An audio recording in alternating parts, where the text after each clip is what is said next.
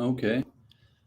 So now I'm live with the Winkoox capture card, my Sony a7 III HDMI directly through the Chrome browser, and we'll test this out. I'm guessing this might be a little bit more quote unquote live. Looking at myself, I don't know. It looks like the audio is a little bit off, but I guess I'll see that better in the playback.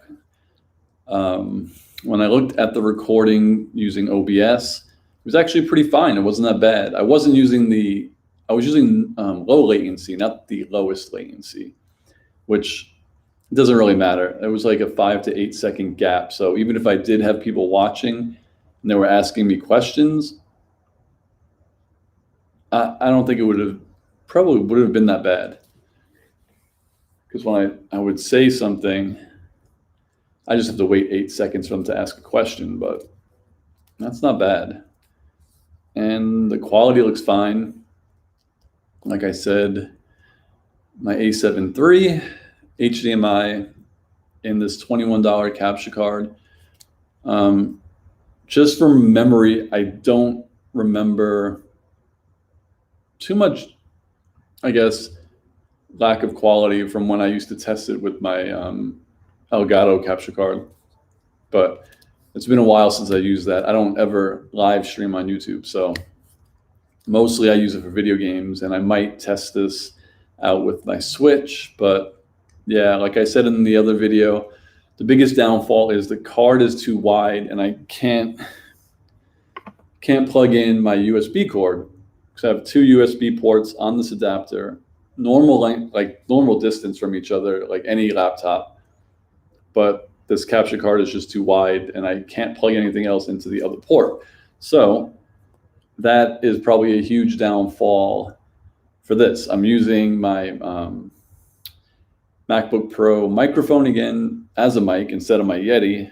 And the only other way around this would be to buy a second adapter for the other side of the MacBook Pro, which makes no sense. There's no point in buying another one, which is kind of sad because this little capture card is not bad. The quality looks really good. So that's really the only downfall. What would be, I guess the only other way would be, instead of buying another USB port adapter, just to buy a USB 3 extender, and then maybe the end of the capture card with the extender would be like this thin, and then you could use two USB devices. But yeah, that sucks, because from what I see right now, it's actually really, really good, and I would recommend it.